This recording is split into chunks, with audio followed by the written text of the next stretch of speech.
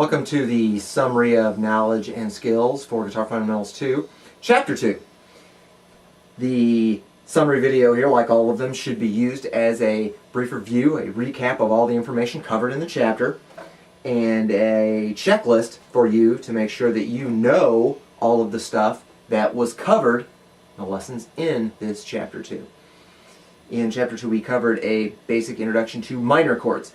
In previous lessons, back in Guitar Fundamentals 1, we talked about the basic open major chords that guitarists learn. A, B, C, D, E, F, and G.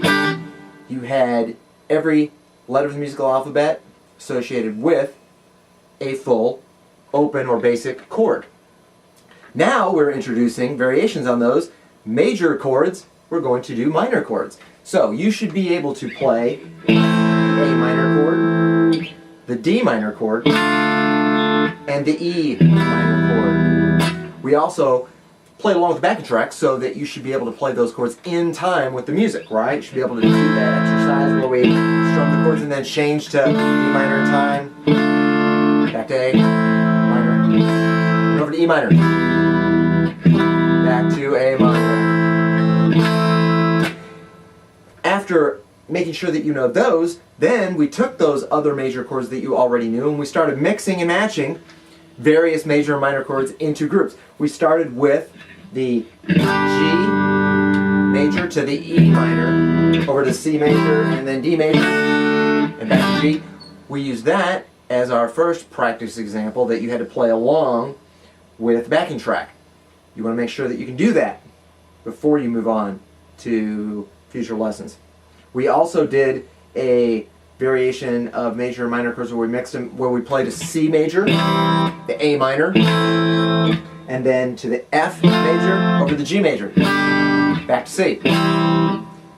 The third one we did, where we mixed various major and minor chords, started with a minor chord, if you remember, A minor to C major to D minor, and then we threw an E major in there. A little dramatic there, huh?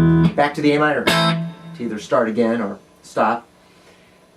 The lessons that followed had some clues as to how to more efficiently change between some of those chord shapes, because that's a real problem for beginners. So we had a bunch of great lessons on making those chord changes more seamless, making them more efficient and fluid with your fingers.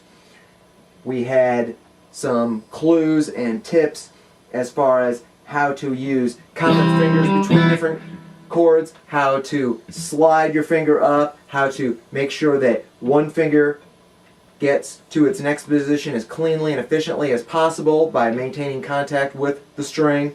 We talked about how to locate the bass note first so that you can play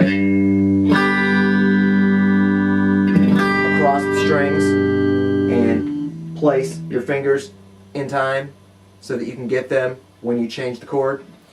All of those things are very important. If you can't do all of the stuff that was covered, either knowledge-wise or skill-wise, in the minor chord and mixing major and minor chord groupings, then I strongly suggest you go back and do them again until you can get them.